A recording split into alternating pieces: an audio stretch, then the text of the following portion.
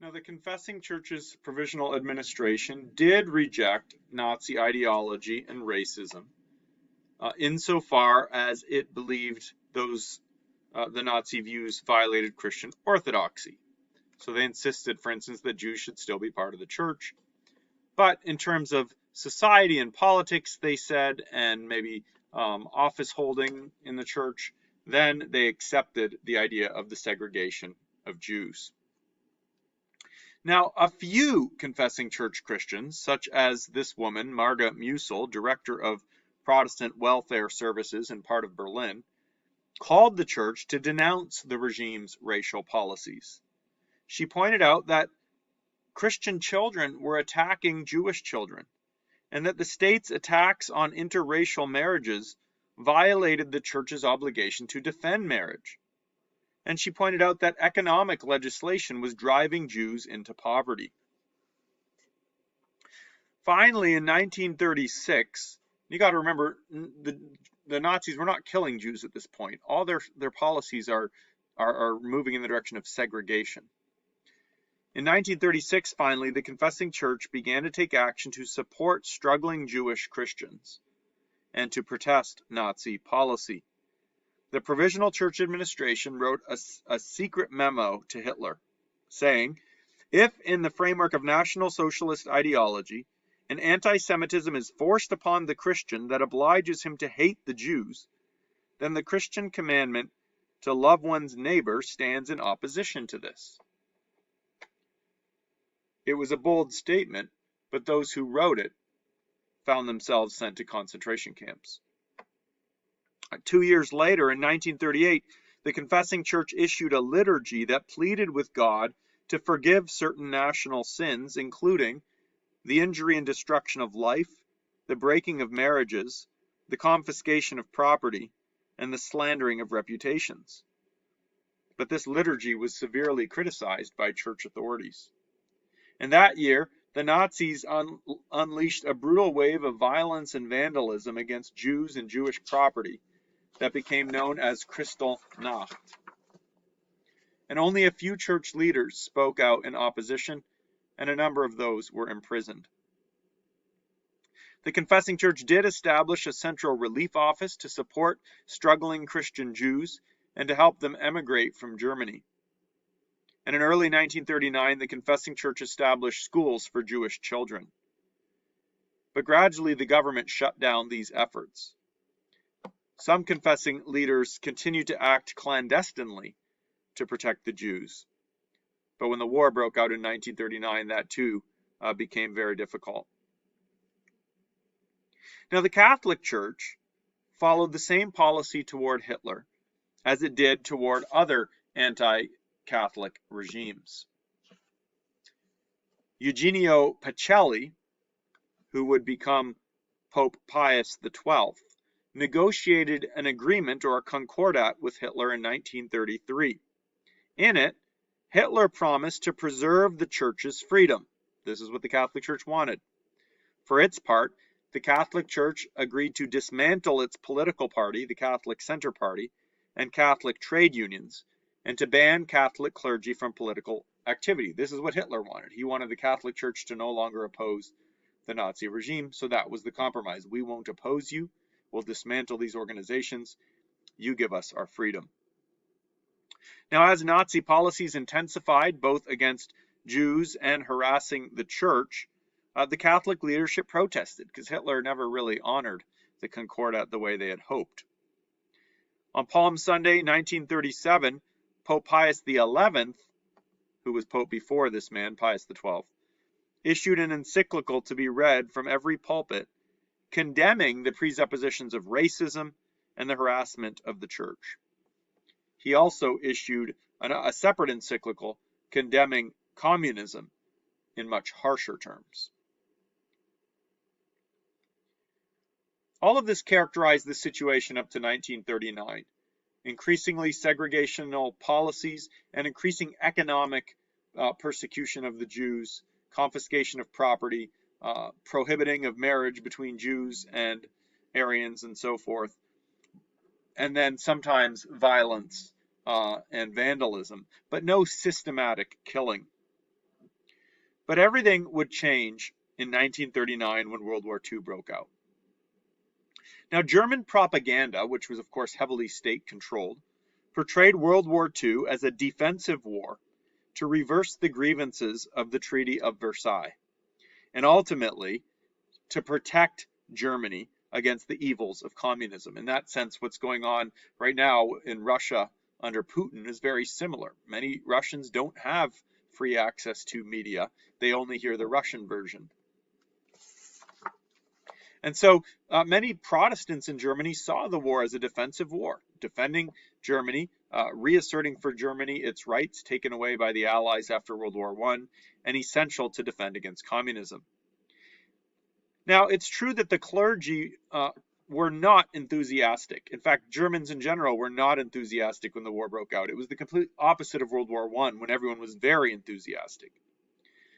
On the other hand, many Protestants kind of embraced the war with relief. They had grown tired of resisting the regime and constantly protesting or opposing what the regime was doing with the Jews. And when the war broke out, it sort of gave them relief that now they could join the German army or be drafted into the German army and just focus on showing that they were actually good, loyal Germans.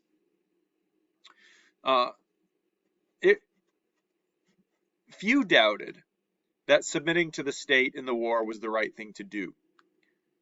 Few doubted that the war was just. Chaplains accompanied the troops into battle, and the soldiers wore belt buckles with the motto, Gott mit uns, or God with us. Here you see a German chaplain or something preaching with the swastika behind him. Now, the genocide of the Jews began in 1941, 2 years into the war. The government disguised it as a program of forced emigration, of forcing the Jews to emigrate to the east. It did not reveal that the Jews were being sent to death camps where they were being murdered in large numbers, 6 million by the end of the war. The government's decree of September 1, 1941, requiring all Jews to wear the yellow star, wreaked havoc in the churches because many of the churches had still not excluded Jews. And many congregations still refused to exclude Jews from worship. Confessing church leaders restated their support for appropriate segregational legislation, but condemned the exclusion of Jews from the church as a violation of the gospel. And some were arrested. When the mass deportation of Jews began in October 1941, some confessing leaders became involved in efforts to support and save Jews. A very small number, including Dietrich Bonhoeffer, became involved in a movement of political resistance against Hitler. But the churches that the Deutsche Christians, the German Christians, controlled, actually announced support for the severest measures against the Jews, with whom the churches discontinued every kind of communion.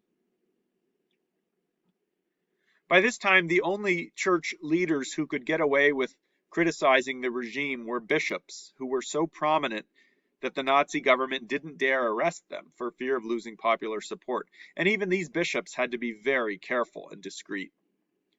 The most prominent was the Protestant bishop Theophil Wurm of Württemberg. Wurm had protested the Nazi regime's euthanasia policies, which preceded the Holocaust. And as the Holocaust progressed, he repeatedly protested privately, though not publicly. At first, he only protested the treatment of Christian Jews. He wrote, "One is depressed by how the struggle against other races and peoples is being conducted. People returning from vacation are reporting the systematic murder of Jews and Poles in the occupied territories.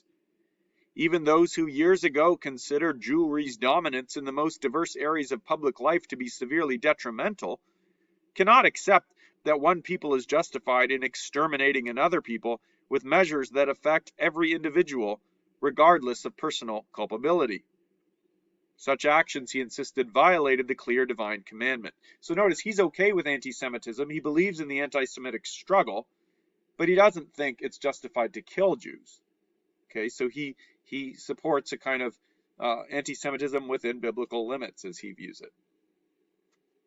Now, up to this point, the Nazis had not dared break up mixed marriages between Aryans and Jews. So Jews who were married to Aryans had been left where they were. But in 1943, the Nazi regime moved to do this. And it was very unpopular because, of course, they were married to Aryans. And this finally stirred the church to a level of action that it hadn't used yet. Roman Catholic and confessing church leaders prepared a protest to be read from all pulpits, declaring that Christians, quote, must confess that out of timidity, human fear, and a lack of wisdom and love, we have remained silent in a matter on which we as Protestant Christians should have spoken long ago. They said that no policy could be good for Germany which was contrary to the Word of God. German legislation has led to such consequences. If its original aim was to limit the influence of Jewry, today all this has become a struggle of physical annihilation against Jewry in Germany, they protested. Now, amazingly, the protest worked. In fact, even before the statement was read, the Nazis got wind of it, and fearing the opposition it would provoke, they retreated from the policy, which shows that the church actually did still have some power to oppose the Nazi regime. Bishop Wurm then wrote an appreciative letter to the government declaring that, quote, it is contrary to God's commandments if human beings, without the verdict of a civil or military court, are deprived of their homes, their professions, their possessions, and lives and marriages are torn apart. And Wurm, who's a Protestant bishop, consistently protested that while he believed in a proper Christian anti-Semitism, he could not support genocide. In late 1943, he wrote, we Christians perceive this policy of extermination conducted against Jewry to be a grievous injustice and an ominous one for the German people. The government responded by warning him that it would no longer tolerate such protests. And he took the threat seriously because Wurm remained silent until the war was drawing to its close. And conditions of the war did become more and more harsh on Germany toward the end. The confessing church managed to finally directly condemn the Holocaust during the final Silesian and Prussian synods that met in late 1943, again before the situation became too dark. The Prussian synod called pastors to preach the Ten Commandments, declaring that the command against murder was binding irrespective of race, Volk, and religion. The concept of killing also includes the indirect kind of murder, which takes from the neighbor the room necessary for life so that he can no longer live, or which fails to save him from his deadly predicament, they wrote. The concept of killing includes spiritual injury to the neighbor through words and ridicule, and every kind of defamation of the neighbor and disparagement of his person. To the concept of killing belongs the expropriation of food and clothing, the forcing of the neighbor from his social position, malicious joy, hatred, and thirst for revenge. The divine order does not recognize terms like eradication, liquidation, and worthless life. The extermination of human beings merely because they are relatives of a criminal, are old or mentally ill, or belong to a foreign race is not the use of the sword that God granted to authority. And the synod drafted a lamentation to be read from all pulpits. We often have kept silent. We have proclaimed the unconditional validity of God's holy commandments too little, too timidly, or not at all. Therefore, we want to ask God for forgiveness for all our complicity, and we do not want to cease eagerly hearing God's holy commandments, obeying them, teaching them joyously to our youth, and bearing public witness to them. And tellingly, this was the last time the synods met during the war. From this point forward, any public speaking against the regime would have been harshly repressed.